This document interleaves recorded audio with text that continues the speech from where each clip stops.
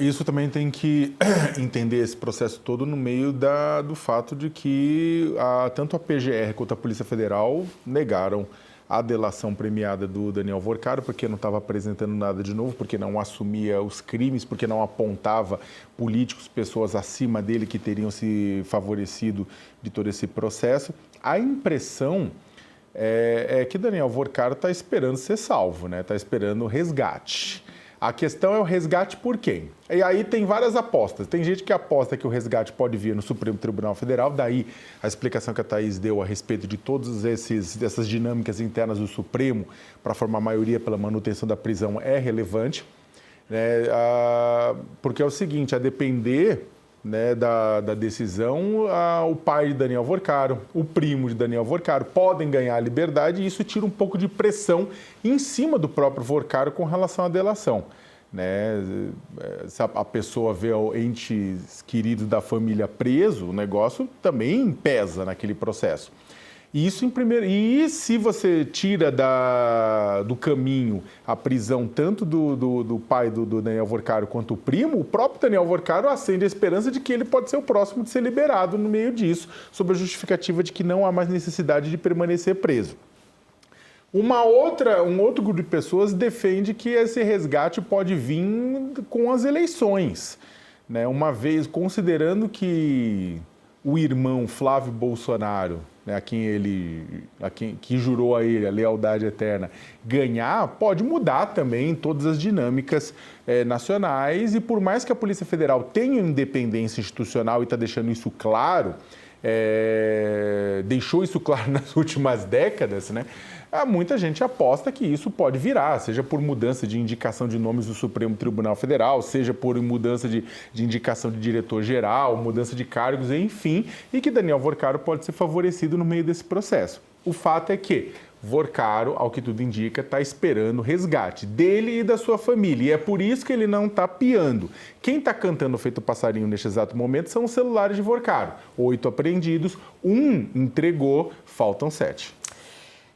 O Sakamoto, bom que ele juntou toda a história, né? A Procuradoria rejeitou ontem à noite, né, a proposta de delação premiada, depois da Polícia Federal fazer o mesmo.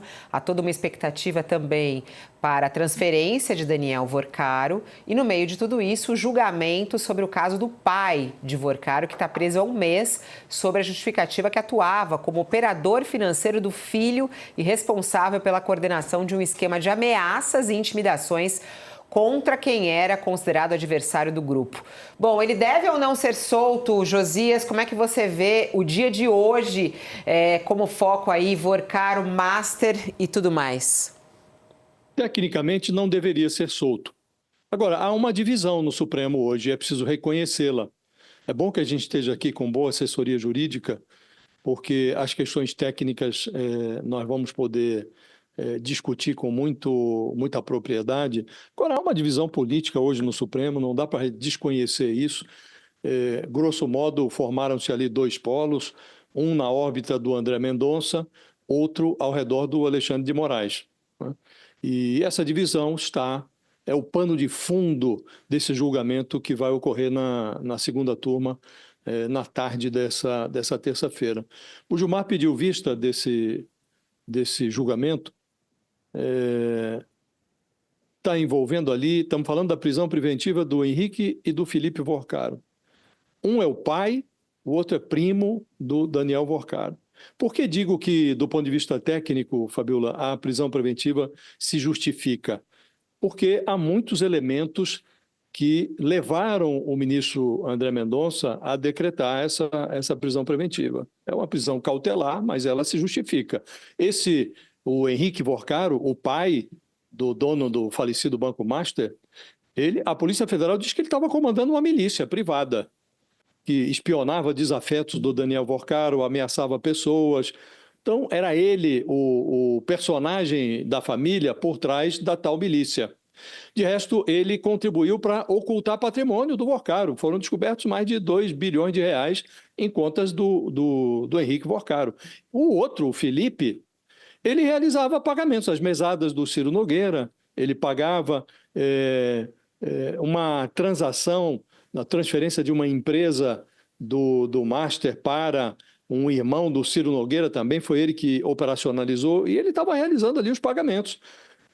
Então, a Polícia Federal entendeu que esses dois personagens poderiam interferir no processo, poderiam operar para esconder patrimônio, numa hora em que a polícia tenta encontrar o patrimônio do Vorcaro para reaver o dinheiro que ele obteve à margem da lei. Então, há muitos elementos que tecnicamente justificariam a prisão. O Gilmar Mendes, quando pediu vista, já havia, como explicado, 2 votos a favor da manutenção da prisão. Um do próprio relator, do André Mendonça, e o outro do Luiz Fux. E já foi explicado aqui, são 5 membros da turma, mas um deles, o Dias Toffoli, ele não pode tratar dessa matéria, ele já se declarou impedido para votar em casos que envolvam o Master. Então, estamos falando dos votos do Gilmar e do Cássio Nunes Marques. O Gilmar pede vista e demora a devolver o processo. Ele tinha lá 90 dias, mas não há elementos aqui para demorar tanto tempo. Deu a impressão de que ele estava tentando ver qual seria a posição do Nunes Marques, porque um empate pode abrir a cela desses 2 personagens. E há uma leitura técnica, Fabiola, em torno do garantismo, né? O garantismo comporta 2 tipos de interpretação. Um é visto como uma garantia de que investigados e réus serão tratados nos limites do devido processo legal. E no outro, o garantismo é visto como um eufemismo para complacência com malfeitores poderosos. E aqui nós estamos falando de por que soltar os 2 personagens? Só haveria uma razão para inibir o comichão que dá na língua do Vorcaro. Puxa, meu pai está preso, tem vários familiares presos, era o cunhado, agora o primo também. Então isso poderia estimular uma delação do Daniel Vorcaro, que 2 propostas de colaboração dele foram rejeitadas, mas a legislação brasileira não impede que ele faça uma 3ª proposta e que essa proposta seja considerada. E hoje não há muitos elementos que vinculem ou que expliquem. Ele disse até, numa dessas propostas de colaboração, que os 129 milhões que ele ofereceu à mulher do Alexandre de Moraes, a doutora Viviane Bassi, tinham o propósito de aproximá-lo do Alexandre de Moraes. Mas ele não disse lá, por hora, nada que comprometesse o Alexandre de Moraes. Afinal, ele contratou a mulher, mas queria se achegar ao ministro, mas o ministro fez alguma coisa que o beneficiasse. Até aqui, o Daniel Vorcaro não contou nada. Agora, é muito incômodo, Fabiola, essa percepção de que o Supremo condiciona os seus julgamentos ou permite que se forme, atrás dos seus julgamentos, esse pano de fundo político. Não deveria haver isso. Então, tecnicamente, eles deveriam continuar presos. Agora, por que o Gilmar Mendes pediu vista? Quais são os elementos que justificariam esse pedido de vista? Uma vez que está muito bem solidificado o despacho do ministro André Mendonça, está muito bem assentado ali. A polícia forneceu a ele muitos dados que justificam essa prisão. Então, realmente é incômodo isso, mas tem acontecido com muita frequência no Supremo. Essa divisão, essa incômoda sensação de que os ministros estão julgando não apenas com base nos dados disponíveis ali, nos autos, mas também por conta de percepções e de conveniências políticas, de formação de grupos, de polos. Isso é muito incômodo, Fabiola.